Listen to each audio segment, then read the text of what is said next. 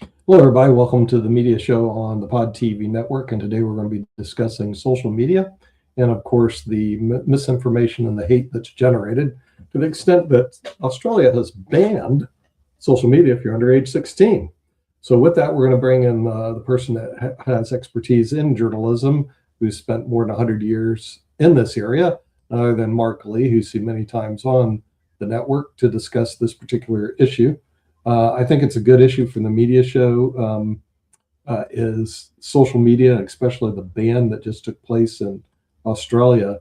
I don't know what your thoughts are on that, Mark. Well, they wiped out 500,000 accounts, and I know that a lot of people are concerned about teenagers and the way that they're being bullied on social media. So I don't have any problem with there being some regulations. Now, whether it's draconian regulations and whether they are banning some folks because of their political dissent and other reasons that people might be doing it. That would be interesting to find out whether these are just strictly teenagers that are teenagers and are under that age and they just got rid of those accounts, or whether they got rid of other accounts as well because they disagreed with them, whether that be on the left or the right and everything like that. So that's my fear with these kind of things is trying to figure out how they're vetting the people and everything like that and making sure that they're only getting rid of these teenage accounts. And we do know that teenagers have been having a severe problem. We've even got a show on this network about bullying called Where is the Love? And it is definitely a major global problem. And you can even hear it with a lot of people using social media to berate their friends and everything along those lines. So definitely it's going to be interesting to see how it plays out and what the vetting process is. And that I don't understand or know enough about. But I'm going to try to do some more education and learn how they're vetting them, whether it's like giving parental controls or whether they're just wiping out and saying, oh, if you're 16 or 15 or 14,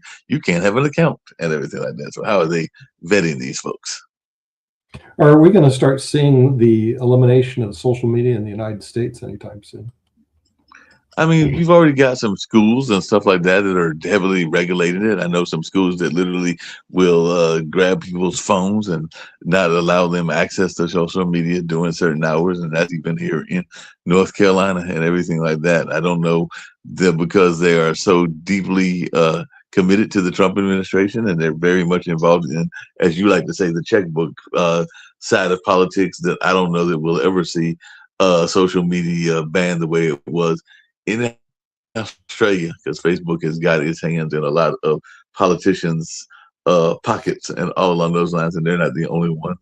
Definitely other ones, even some that are based in other parts of the world, like WhatsApp, have their hands in social media and in the pockets of the politicians and everything like that. So, if many of these politicians, and particularly here in the United States, if they don't have kids, and some of them do have kids, they definitely got, in some cases, grandkids, and they would have a serious problem banning social media if they were in the political class, because I'm pretty sure that their kids and grandkids would be practically marching on their backyard and they know where they live and everything like that. So it would be interesting how that plays out if they were to ban it here.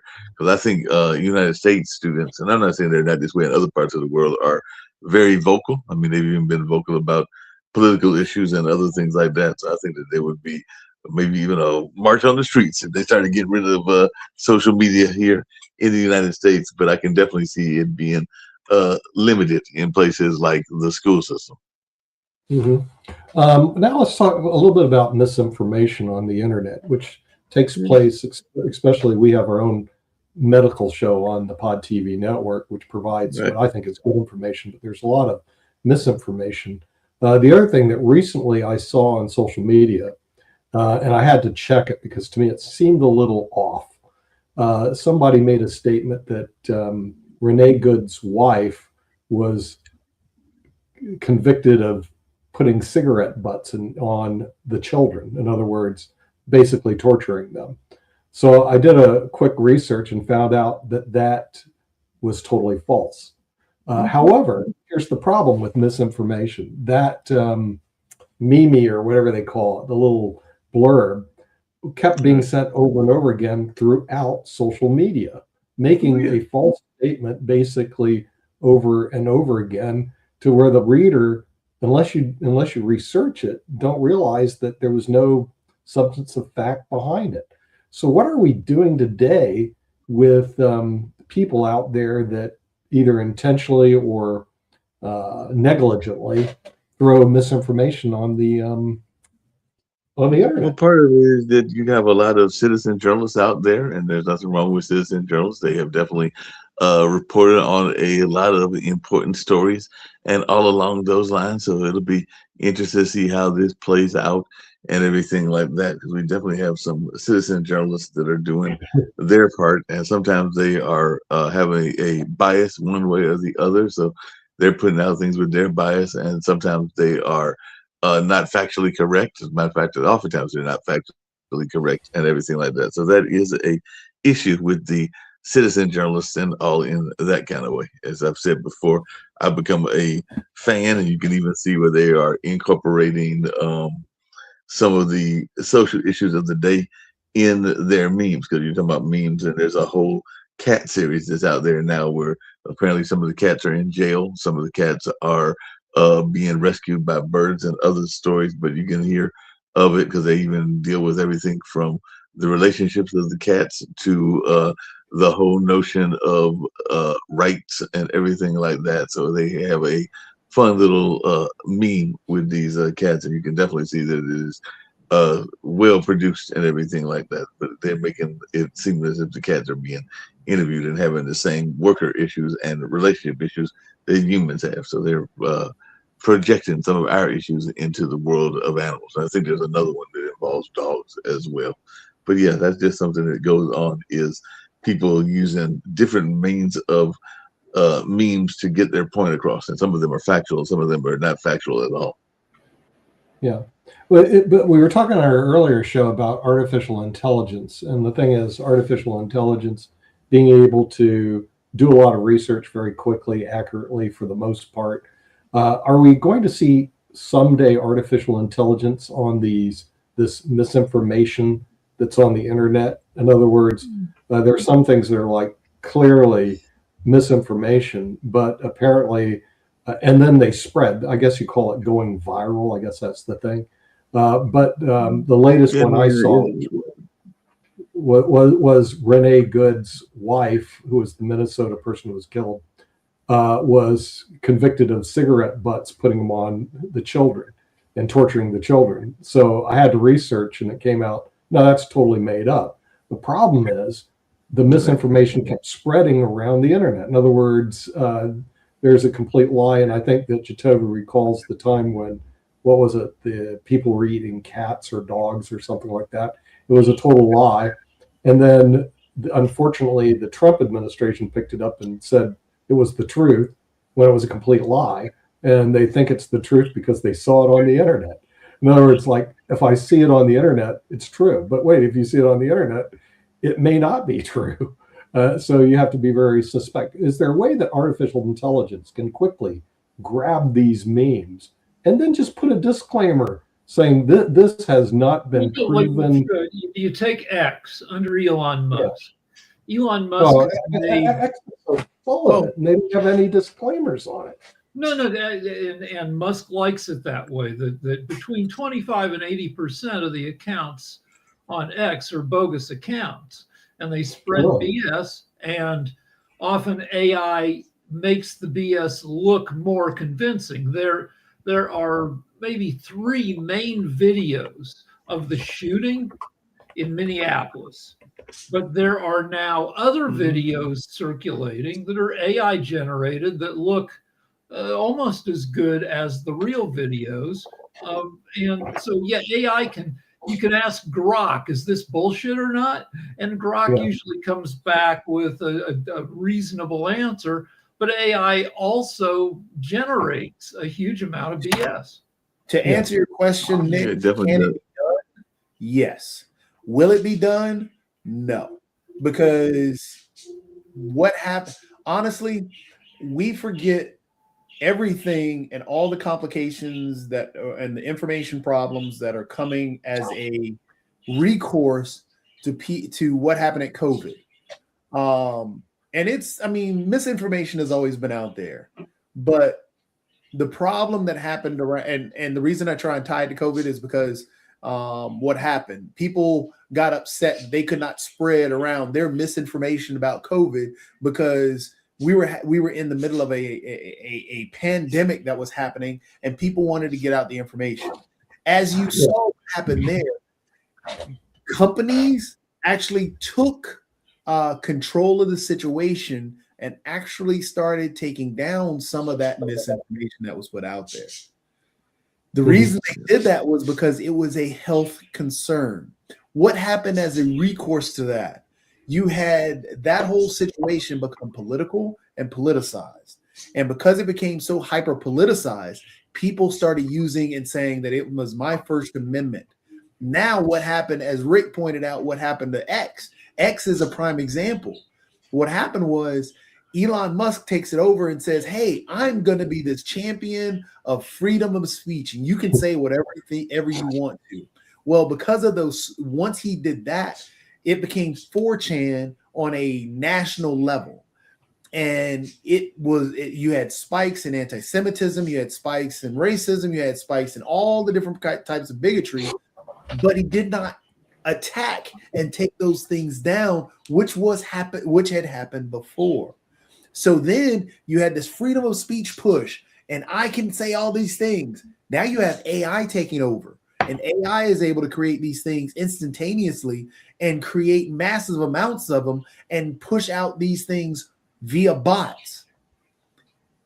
They can all be taken down.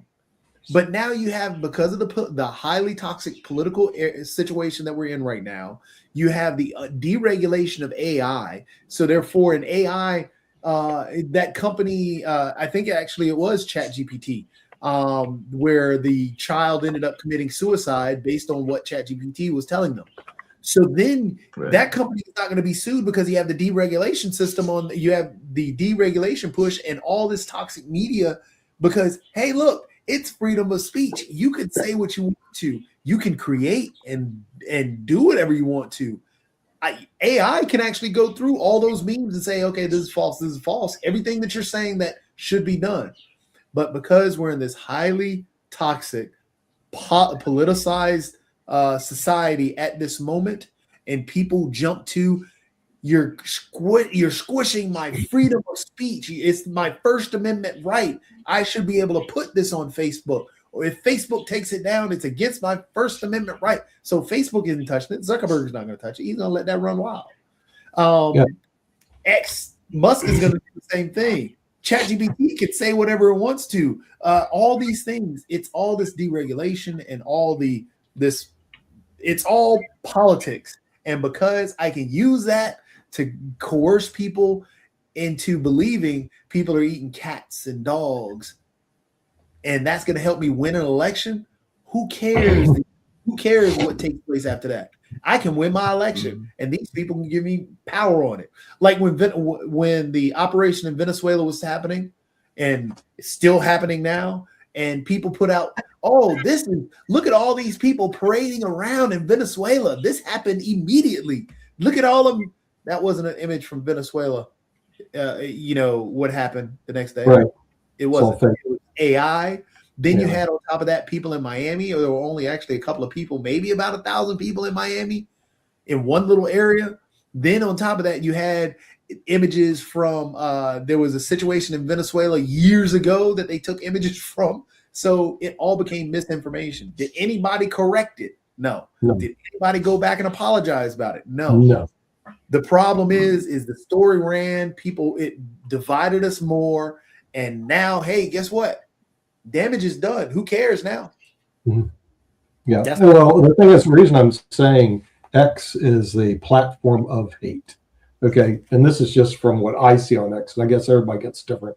So apparently they show a lot of where people are hitting each other. Or when somebody takes a video, there's somebody in the street and somebody pops somebody. And then next video, there's somebody else popping somebody. In other words, it's almost like every video, but of course I'm being manipulated by X.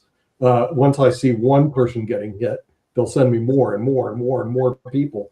But what it does, it just generates it's a platform of hate. In other words, they're encouraging me. They're basically trying to train me to say it's okay to go pop somebody out in the middle of the street. Now, I think that's sick. But a lot of that is that training.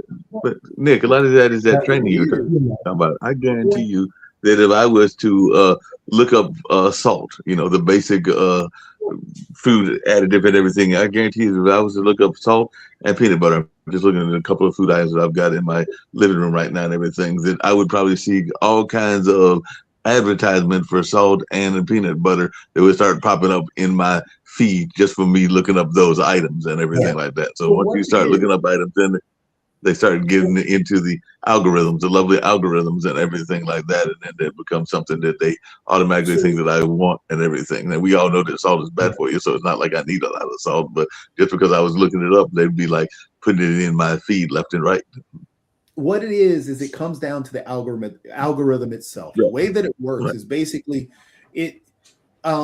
The goal of any social media platform, especially today, is to get you to stay on that social media platform and look at everything on that social media platform. It's like it's crack for adults. It's what you have to be addicted to it. So when if anything pops up, yes, if you look up salt, then yes, it's going to bring up anything around salt. It's going to create a whole algorithm around that. If you remember growing up doing a word web, think about it that way. Anything that touches salt is going to pop up on your feed. Anything that touches assault or any type of hitting somebody, it's going to pop up on your feed. Things related to it, things talking about it. And it's not maybe even that one hit or that one incident. It's going to be multiple incidents, and it's going to pull them all up. And then it's going to talk about so it's going to create this whole algorithm around what's going to keep you locked into mind. Because what people don't realize, the reason why Twitter's free, the reason why Facebook is free, the reason why Google is free, the reason why all these things are free is because they are making a killing off of your data. You are being sold. You are an actual commodity to them. So if you can keep coming back and looking at whatever's on your phone and keep scrolling, doing the doom scrolling, they're going to make it. And that's what the algorithm does. So whatever you look up or whatever even if you talk about, it's picking it up because it's going to sell your data and create an algorithm, create something to make you look at your phone, make you stare at that social media platform the rest of the day because it's selling your data and it's sending you advertisements. And it's not that, hey, it's trying to teach you how to hit somebody. It's trying to get you to buy something. And that purchase is your viewership. And that's all it is. They don't care about what you do after that. However, the algorithms can be sucky. Like Musk fired like 80% of his people, include almost all of them coders. So now the X algorithms are broken and crappy. Like when you pull up, show me the tweets from the people I'm following for the past week. It gives me like a dozen of my own tweets in a row. And it's like, yeah, I wrote those. I don't need to see those. What's going? It's broken. And the algorithms can be shitty. Like if you buy a refrigerator, if the algorithm shows you more ads for refrigerators, it's stupid. It's not sophisticated because you already bought your freaking refrigerator. Yeah, but the thing is, right, and that's exactly, and that's what I'm saying. You may need a filter for your water system. You may need some to change your whole kitchen now. So you may need some cabinetries. What about, what? You got a refrigerator. You know what you could do now? Uber Eats. Guess why you want Uber Eats? Because you need to fill that refrigerator. So yeah, it's going to tie everything into it. But Toby, along those same lines and everything, as I mentioned on this show a couple of times, just in the past, Mom had a major fender bender, so she's car shopping, now. It's not hitting a fact and anything along those lines, and she's looking up a lot of car things, whether it's through Car Guru or Carfox or a number of other things. But her lease is up, but she's hoping to have a car by Thursday or Friday at the latest. Let's say that she's successful and gets that car by Friday. I guarantee you that for the next year, and Mom's in her 80s, so she's probably not going to need another car, hopefully not, during the rest of her life and everything like that and everything in that space. But let's just say that for the next year or two, she's probably going to get a lot of car advertisement. The fact of her going out and buying another car probably dim to none after she gets this next one and everything like that. So that's what my issue is I'm glad she's car shopping, and I know she's car shopping, but I also know that by her going to all these different car sites, she's going to be getting car ads left and right for the next decade, probably. Yeah, yeah, that's the point. I mean, that legitimately is the point. Speaking of the point along those same lines, I've got a question for you, Nick. I got a question for you because we have a show on this, and it's kind of tying into what we're talking about with algorithm called Follow the Brand. And then we had the pleasure of interviewing a candidate for a job that I'm associated with and everything like that. And the young lady came from a college, and she even said, everywhere I go, I got stuff with my alma mater, and she's a member of a certain fraternity. She's got stuff from her past job and everything like that, whether it's a notebook, whether it's a t-shirt, whether it's a number of other things. And I know we've got that stuff on our store and everything, but what are we doing to borrow from Grant McCall, who has a show here on the network, Follow the Brand, to actually brand Pod TV so that people actually know about Pod TV if either me or Jacoby are walking out and about and everything like that. So what are we doing in terms of branding? Because that's what this young lady mentioned, is that no matter where she goes, and let's just say she's associated with Savannah State, she's got some Savannah State gear, whether it's like you in that lovely Miami U Cup and everything like that. So she's always branding herself no matter where she goes, whether it's with a pen or with a shirt. And I was wondering even if Dr. Sharif has got World Economic Talent Forum merch and everything like that. So what are we doing in terms of branding? Well, I'm going to defer to Dr. Sharif on branding, because his great plan is to take over the economic corridor that has 700 million people sitting in his backyard. So maybe he can help us out on branding Pod TV, especially in the Asian market. Yeah, this is, I think already I'm starting, right? You are in the email, and the different policy level peoples and the top corporations and academia, they know about Pod TV.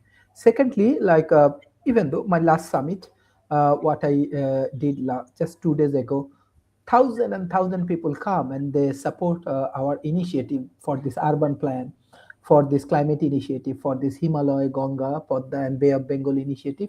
So Pod TV actually already people know about Pod TV, because we have some great scholar and the peoples like Rick, like Jatovi, like Mark Lee, like Nick Palveda, like David Walkers, like Kimberly, and all of the things.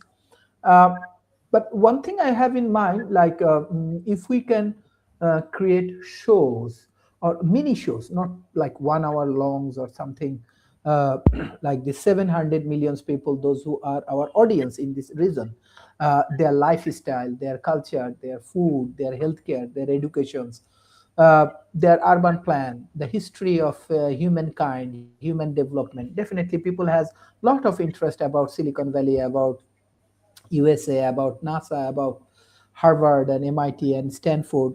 So both of the way, if we can bring the Western culture, if we can bring the Western things, and the other hand, like what is happening inside this region. So this is the fact. I write books. So soon I'm going to publish this book.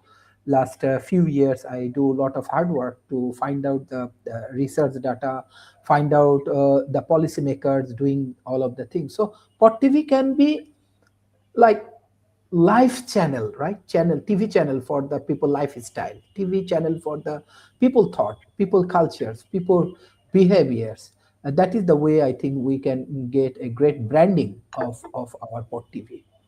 That is my thought. I mean, well, Sharif, we had a show like that. It actually revolved around China, and Rick probably remembers this show because it was a young Chinese woman. And Nick, if he comes back, he'll probably remember it as well and everything. But it was a young lady that traveled around China and explored the various Chinese cities and everything like that, giving us a lifestyle snapshot. So as the program manager on this network, I'd be open to that. And I've said that before. So if anybody's watching, even some of your people that are from those different countries that want to share their country and their lifestyle, and then we probably can do something similar from the United States or even the different states, where we can talk about like what the state flower is in North Carolina or the state flower is in California and some of the leading industry. So yeah, that's an easy show to do and everything like that. Now, whether it would generate interest and whether people would start watching it, that would be a time will tell kind of thing. But definitely, I think your point around education is a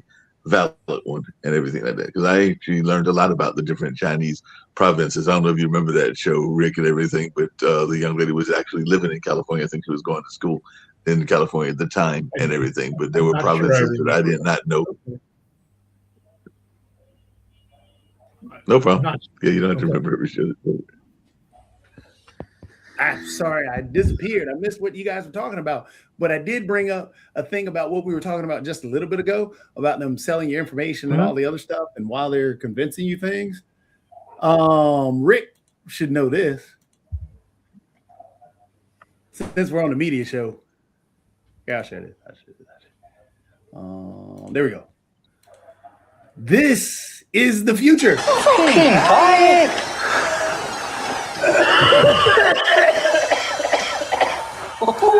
Basically, what's going on right here is they have to exercise. He'll be in Lebanon all before long. For the company, or else they are. Wait, we can't hear you.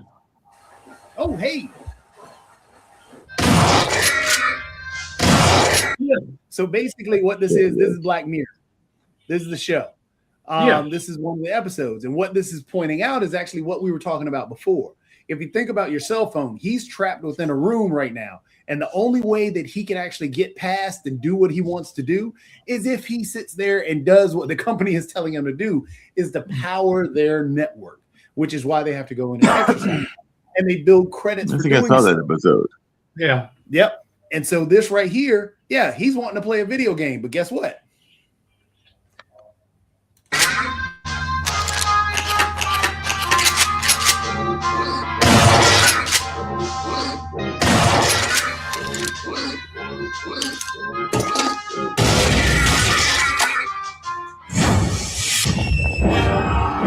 Selma tells how we Mandelbrot, toy soldiers. Each headlines their own tentpole content on one of your 8 daylight streams, but they started here, like you, putting their back into giving back for a brighter now. Each paying their dues, like you, hoping to become a hotshot. Pushing through the darkness, still another mile. That wasn't good. That was beyond incredible! You decide the victors.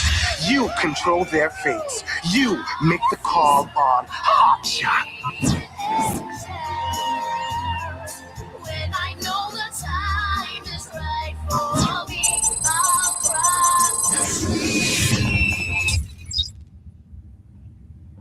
So see, he has to basically build up a certain amount of energy for the company, but basic to be able to skip through the ads. And those ads themselves are set up to basically sell you or get you to do particular things or get you to watch and get more eyeballs.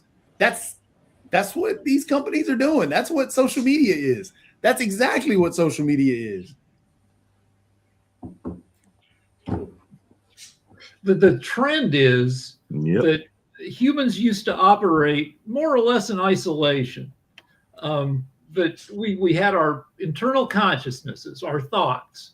And what technology is doing is lowering the barriers over the next few decades so that we will be outsourcing our thinking, sharing our thinking, becoming more linked to other information processing systems. We will become part of the worldwide thought cloud, which is awesome and also terrible.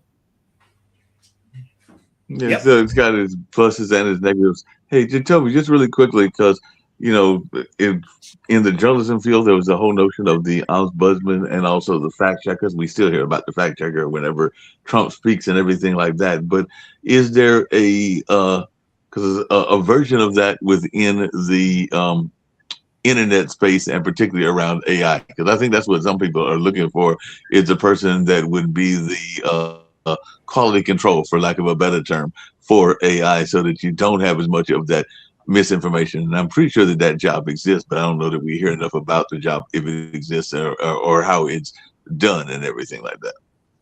Yeah, I mean, the job exists, but the problem, that's for a company. So if you type in something right now for AI is going to spit out information and the data that it grabs from the internet. Sometimes all it's doing is it's the Cliff Notes version of a book. If the book is messed up, that you're writing your Cliff Notes wrong. So that's what AI does. It's grabbing all the information, right, putting it all into something that's palatable and quick and easy to read. And so if, in terms of your quote unquote quality control, yes, you got to have somebody to watch over it. We've talked about that before. But sometimes people just ride with whatever they read, and that becomes a problem. But that's the thing. There was actually a YouTuber that did it and talked about it in how it's what was it? It was talking about galaxies and the universe, and how it aggregated the information that was put out there for the universe, and how there were some things that got. Let me see if I can pull it up, because it was actually pretty interesting. And yes, quality control has to happen. Yes, but is there quality control in the sense that you're thinking about it? No, there's nobody that's sitting there. Like, if you type something in and you run with it to the office, that's on you. You're the quality control. You have to go back and resource it. But in turn, what their quality control is, does this spit out information? Yes, it does.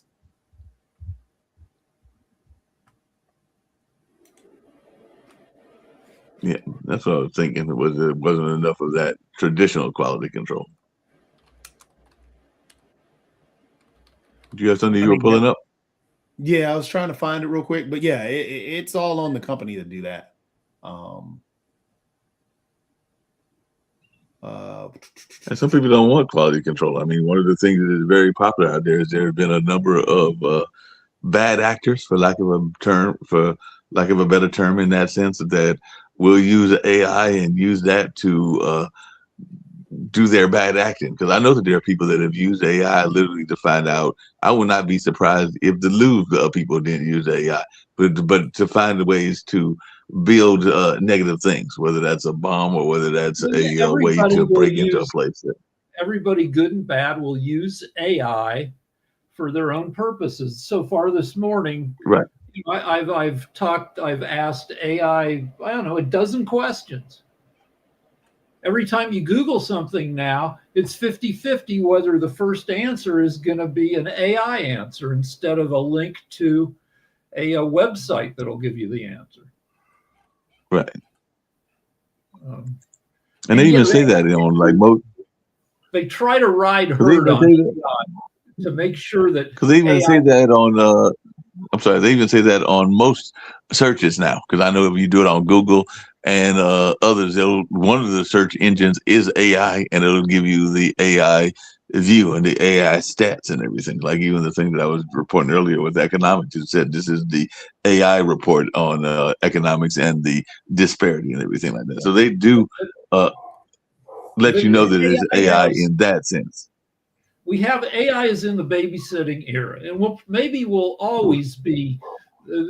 AI will always need to be watched, whether it's by humans or by other AIs, to make sure that it's not bad acting itself or being used to do bad things. Like AI, right. You can ask AI, how do I build a bomb? And right. I don't know I'm not going to do that because I don't want that on my search history, but right. It's not supposed to tell you how to build a bomb. How do I poison somebody? You're not supposed to be able to do that. And people working at the AI companies are supposed to be looking for that kind of stuff and making sure that AI It doesn't help people do that, but people will figure out different ways to work around it. Right. Yep. Figure out a workaround. Her name. But it's all part of definitely got to work the around it. That's what worldwide. It's part of the worldwide thought network. Ideally, if you're going on AI and saying, "How do I build a bomb? How do I poison somebody?" that should trigger somebody to take a look to see what you're up to. Are you writing a novel where somebody builds a bomb, or are you really going to do that? And there are ways for people to work around that without leaving a digital record. One thing is to go to the library and poke around for a book that has the information you need and not get caught doing that. But yeah, it's a more, the technology changes how we do things for good and for frickin' evil. And I'm sure that AI is being used for nefarious purposes. I mean, I have literally seen AI pictures that are part of catfishing schemes and everything like that. And you can tell that they're AI created because they don't look realistic at this point and everything. But as the technology gets better, they'll start looking more like your neighbor down the street and less like the airbrushed models and stuff of that nature. But that's just technology getting able to add more of the because everybody has faults in their physical appearance and everything like that. On X, people are more likely to value a MAGA statement if it comes from an attractive younger woman. So a lot of MAGA accounts come from, because those are the hardest sell. That young women are supposed to be informed. They're supposed to be harder to bullshit than like some dumb guy, so they have more weight. But if you look at a MAGA account that is a young woman, if you zoom in on the profile pic, if the picture is AI generated, then it's not really a young woman who's selling you MAGA propaganda. Well, I mean, it's AI. People are using AI in every way possible to sell or to do, just like I talked about earlier with the Venezuela piece. But this is one thing that I think I've showed this before. I don't know, because we got into a discussion about misinformation coming off of AI. But this is true. You're not alone. A lot of people did their own research and then pasted an AI-generated paragraph into my comment section to prove me wrong. So many of us now think that expertise doesn't matter and we can just use Google and AI to do our own research and then come to someone's page and correct them when they're educating in their area of expertise. So let's use AI to show you why that's not the right approach. I'm using ChatGPT. Is high fructose corn syrup in infant formula? Yes, high fructose corn syrup is used in some infant formulas, although its presence is not universal. It may be included in hypoallergenic or specialized formulas where certain carbohydrate sources, such as lactose, are unsuitable due to allergies or intolerances. However, many parents prefer formulas that do not include high fructose corn syrup, particularly if they are avoiding certain added sugars. So I replied, I have a PhD in nutrition science and did my dissertation work in this area. Are you aware that corn syrup, which is 100% glucose, is not the same as high fructose corn syrup, which is over half fructose as a sugar? And fructose is not tolerated well by infants, so it's not used in infant formula. And it replied, you're absolutely correct. Corn syrup is often confused with high fructose corn syrup, but they are entirely different. Corn syrup, which is glucose-based, is commonly used in infant formulas as a carbohydrate source, especially in lactose-free or hypoallergenic formulas. High fructose corn syrup, on the other hand, contains a mix of glucose and fructose and is not used in infant formula due to infants' limited ability to process fructose efficiently. And then I said, so why did you originally say that high fructose corn syrup was an infant formula when that is incorrect?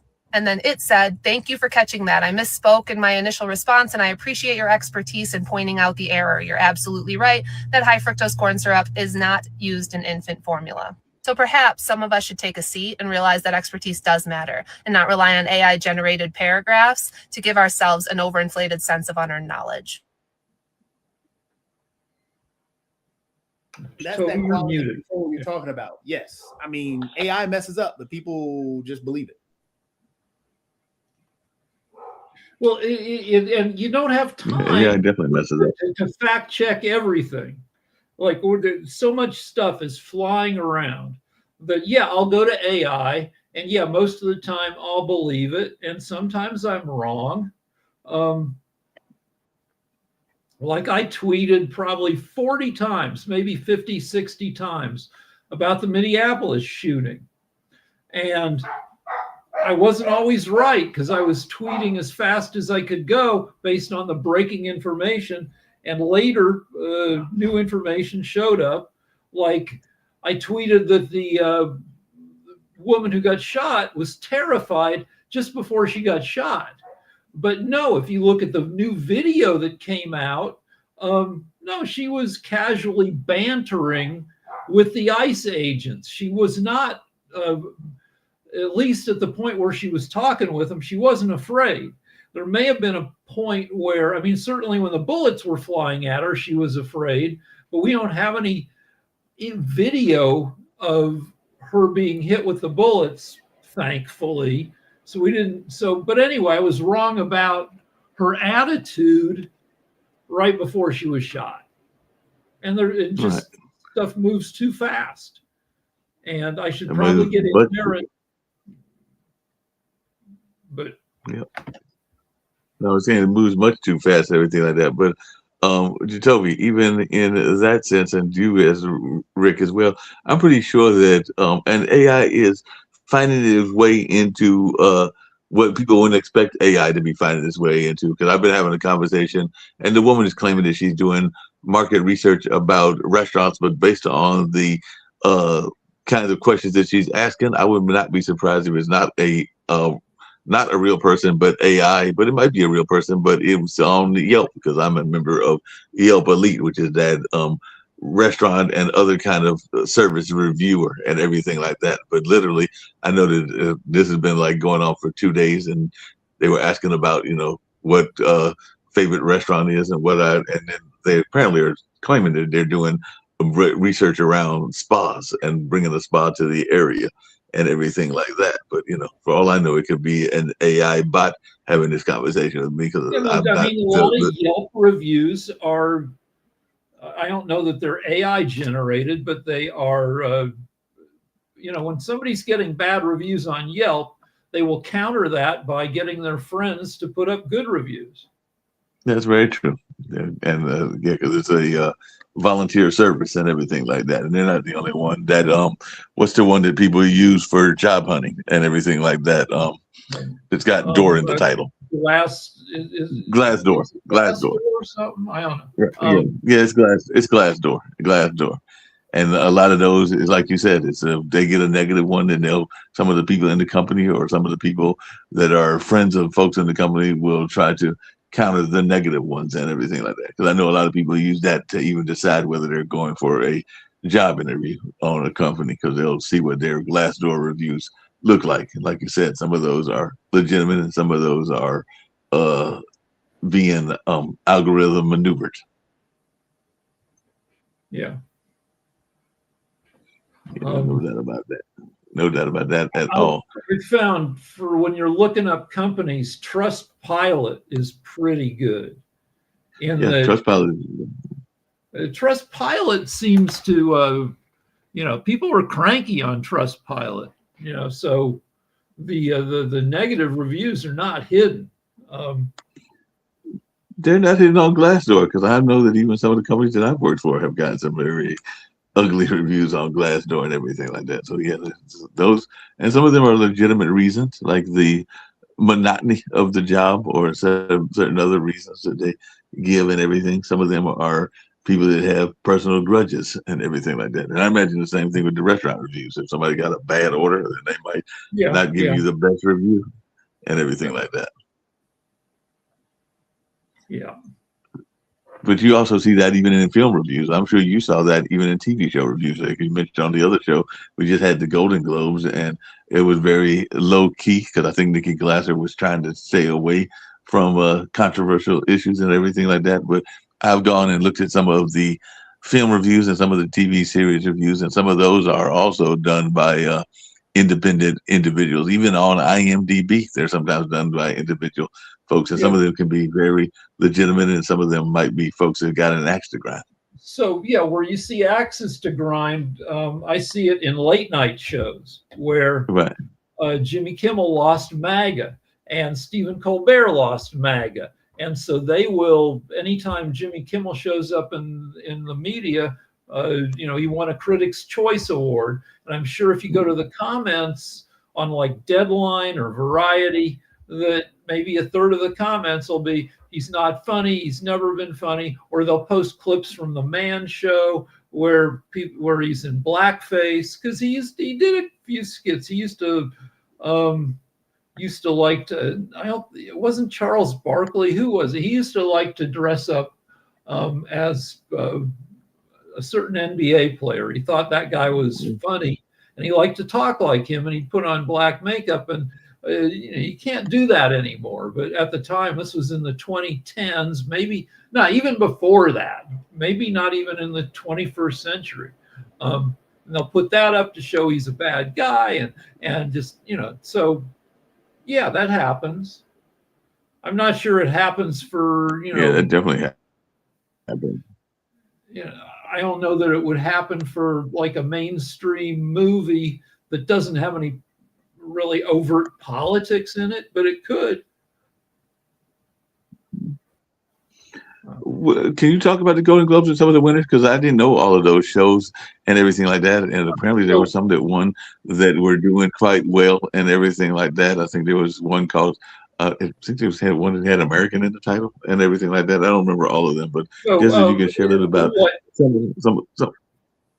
What shocked my wife and me was the release dates of the various nominees and winners seem to be so far apart. Like there's a new show called Pluribus that's been out for, I don't know, maybe 2.5 months.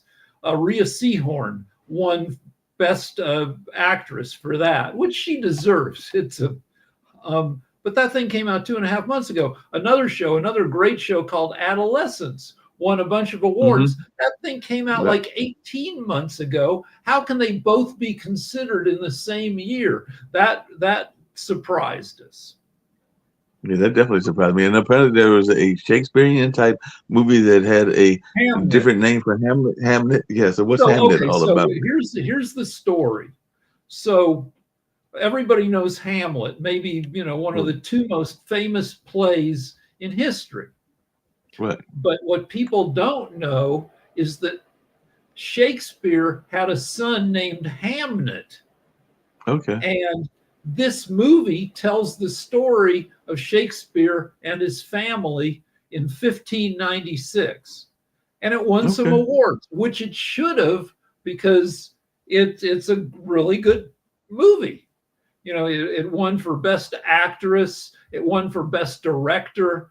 And yeah, it's an awesome movie. It'll make you cry, both with happiness maybe at one point and with sadness, mostly with sadness. One Battle After Another, which is Paul Thomas Anderson's the director, Leonardo DiCaprio's the star, one of the female stars won. It's pretty good. The way we watch movies now isn't fair to movies. You used to go to the theater and sit there and watch it all in one sitting. But I watched One Battle After Another in half-hour chunks in between doing other stuff. And maybe I'd be tired, I'd fall asleep, I'd have to go back. So it didn't have the impact. I didn't think it was as great as other people did, maybe because of the way I watched it. I don't know. Let's look. I'm going to look. What did you think of Sinners? What do you think of Sinners? Because I know it won a couple of awards. Well, see, I watched it that same way in chunks on TV when I was sleepy. Instead of if you pay $20 to go watch a movie in a theater, you're going to try to give the movie your full attention. So I watched it in chunks, and it was good. It was surprising in places, but then I felt like it turned into it had different angles on stuff. On on the history of Black people in America manifesting as ghosts. But you know, it still had a bunch of stuff that was kind of standard fighting vampires. Right. And you know, it's tough. You have to, so when you're doing a movie like that, you have to, you know, show people something. Like if you're going to do a zombie movie, people are, I think, you know, I'm sick of zombies. So but I'll like a good zombie movie if it shows me something new. If it's not just like running away from, you know, a bunch of people, you know, who are dead and shooting them in the head, you know, it's like Liam Neeson movies. A lot of them they were made for low money with a standard, you know, so I don't know. Well, one of the other things about award shows, and I've always wondered this, and you've been to award shows. I said I was going to go to one, and I've even had dreams, even though at 63, about to be 64 in July, it'll probably never come to fruition of actually producing an award show. I've actually produced an award event and everything like that here in North Carolina, but producing an award show, or actually I was co-planner in that particular award and everything like that. But I've had dreams of doing that, just like I've had dreams of doing the Rose Bowl parade, or even a Super Bowl halftime. But like I said, you know, to get those jobs are next to impossible and everything like that. But they can be a fantasy dream and everything along those lines. But one of the things people talk about, and they talked about this year as well, is fashion gets its moment in the sun during the award show, particularly the Academy Awards and the Grammys and the Golden Globes even, and everything like that. So I was just wondering, as you and your wife apparently were watching some of the show, what did you think? The Tiana Taylor, who won the Golden Globe for One Battle After Another, she had butt crack jewelry. She had a big diamond bow that was kind of in the form of a G-string. And she turned around and made sure she goes, look at, you know, I forget what she said, but she pointed it out in case you missed it. And that was maybe the most amazing fashion thing of the whole thing. But, you know, I don't know, you had a bunch of people, guys wearing traditional tuxes, and then some guys not wearing a tux at all. For some reason, tinted glasses, or Glenn Powell was wearing like these weird, you know, tinted lens glasses, which, you know, on regular people, wearing tinted glasses, especially indoors, is kind of creepy. But three of the guys at the Globes were wearing these things, and you know, since they're movie stars, they looked good doing it. What else? They look good. K-pop Demon Hunters won some awards for best song, for best anime. It's the most watched movie in the history of Netflix. Like 500 million people have watched that freaking movie. If you translated that, you know, if it had shown it in theaters and 500 million people watched it, that would have meant $5 billion at the box office. Have you seen this unusual commercial? I've been seeing it a couple of times, and I think it's for a security firm and everything along those lines. But it is using a banana as a prop and everything like that, because it's basically talking about how the banana isn't really going to protect the person, even though they're saying that the banana. There was another thing about the Globes that kind of surprised me, which is how crappy some of the ads were.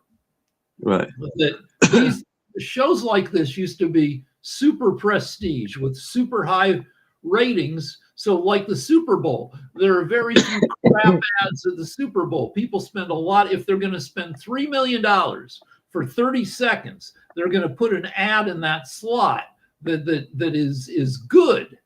But there were crap ads. There were ads for the General car insurance, which shows that the ratings for these award shows have fallen to the point where they have some ad slots available for people putting up crappy ads. There were some decent ads, but there was a lot of junk. Well, that comes back to our thing around social media, because I did see a social media post about the Golden Globes, and it was basically somebody, and I'm thinking it was a MAGA person that was upset that they were basically saying that these award shows are a chance for the stars to self-grandize themselves and everything like that. So basically, to congratulate themselves for their outstanding work and to congratulate their friends and everything like that. They were basically arguing that there hadn't been that much great television and movies in recent past, and this was just another. And I thought this was a pretty good year for TV and movies. Yeah, there No, I have thought been so too, but I can tell that. Go ahead. and yeah, but the part of the monologue, like a decent monologue, including Nikki Glazer's, makes fun of the whole idea of these award shows. You know, saying, yeah, we're already rich and famous and we're beautiful, but we still need this frickin' show to kiss our asses. So yeah, everybody acknowledges that. Apparently, Nikki made fun, and apparently it's a routine part of award shows these days, because apparently Leonardo DiCaprio has a history of dating young women and everything. So she made a joke about it. Apparently, others have made jokes about it and everything like that. So apparently, he has become apparently he's become the walking target. And yeah, but he's a good sport about it. She listed all his accomplishments, like 4 Golden Globes and Oscar, and he accomplished it all before his girlfriend turned 30, which is a great joke.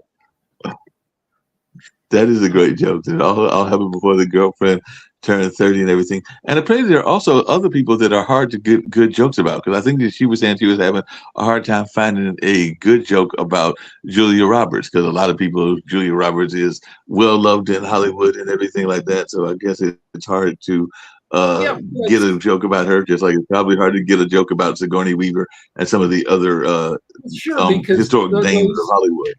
Because they stay the frick out of the limelight. They are professionals, and when they're not working, or they're like Julia Roberts doesn't live in Los Angeles. She lives in, I don't know, maybe New Mexico or something. She's been married to the same guy for probably 25 years. You know, she doesn't need to get out there.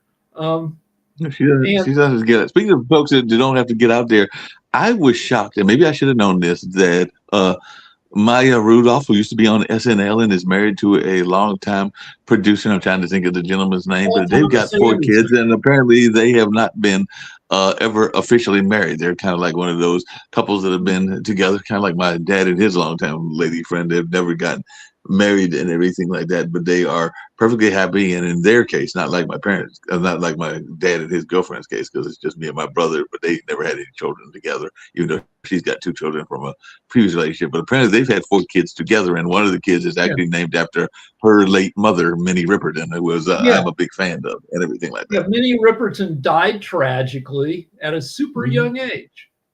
Right. But she's been with the director who directed One Battle After Another, Paul Thomas Anderson, for I don't know how long. I didn't know they weren't married. They're not married. My wife noticed that he kept winning awards and he didn't thank her.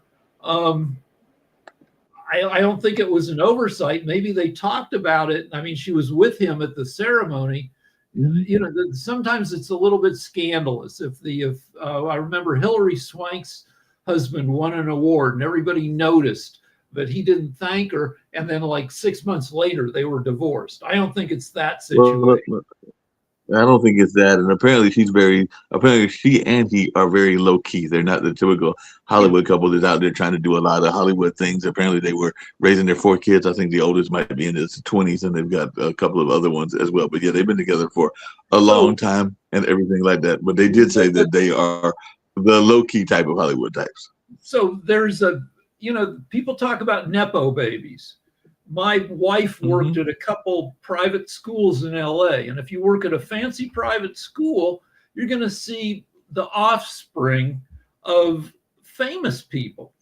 And one thing I noticed, like if you watch a high school movie, a movie set in high school, there's a lot of social desperation in these high school movies. I was socially desperate myself in high school, where I wanted to be popular so bad. I did so many things trying to be cool, and it always failed. But there are a lot of movies about people striving for stuff in high school. I noticed, I didn't have much experience, but the kids at these fancy private schools are pretty chill. because they've grown up around, parents who have, big positions in entertainment, and that leads to they see how life works, they see how the business works, and maybe they don't have the desperateness of somebody who is coming to LA from Kentucky to try to make it big. So, if you grew up around and if you've been in entertainment for decades, you treat it maybe more like a business, and you behave in like, like in the 70s. In the 70s, there was just a ton of coke, like in entertainment. Mm-hmm. SNL, the early days of SNL were supposed to be flooded with cocaine, and I think that's those days it's less common now. People treat it as a business, and they go about it in like it's the thing that they do, instead of this friggin' orgy. Well, one quick question that we got to get ready to get out of here. I think they're already doing the other show, the show around timeshares and everything like that. But I know that your friend Lance grew up in that kind of environment, with his dad having been the Pink Panther founder and everything. So to the question I asked Reef earlier, and I asked Nick, when are we going to get some Naked at Night merchandise? And is it this Sunday that we're taping, or is it the following Sunday that we're taping? We're taping in 6 days. We'll do another. Okay, that's what I thought. That's what I thought. And I don't know. I mean, like, we don't have the money to get to come. I mean, I don't know that we have the viewership to justify merch. Understood. So we might not have the viewership. Well, on that note, I'll get ready to get out of here. I'll see you on tomorrow on World Edition. Yeah, on World Edition, and some other shows that we got going on the network. I know we got Timeshare. Right now, we've got some other things that'll be coming up on the network as well on this Monday, including Maxine's show and some other ones. We've moved to Sharon's show from Tuesday to Wednesday. I've actually got to update that on the schedule. All right, I'm going to go try to write something so I can sell it and get on the Golden Globes at some point. That's right. We want you on the Golden Globes. So let's get ready to get out of here. It's been a fun conversation with you, Jatovia and Nick, but we're going to get out of here. Oh, not all of us are making the money that apparently Sasha is making, because I think Sasha is on vacation somewhere. I'm not sure where. I think it's his usual place. Sasha knows what he's doing. Sasha does his research, and he knows how to buy stock options, and he gets a great return on the time he spends like knowing stuff. Exactly. And on that note, we're going to get on out of here. I get zero return on like tweeting all day. Gotcha. All right. Well, yeah, same here. Let's get on out of here.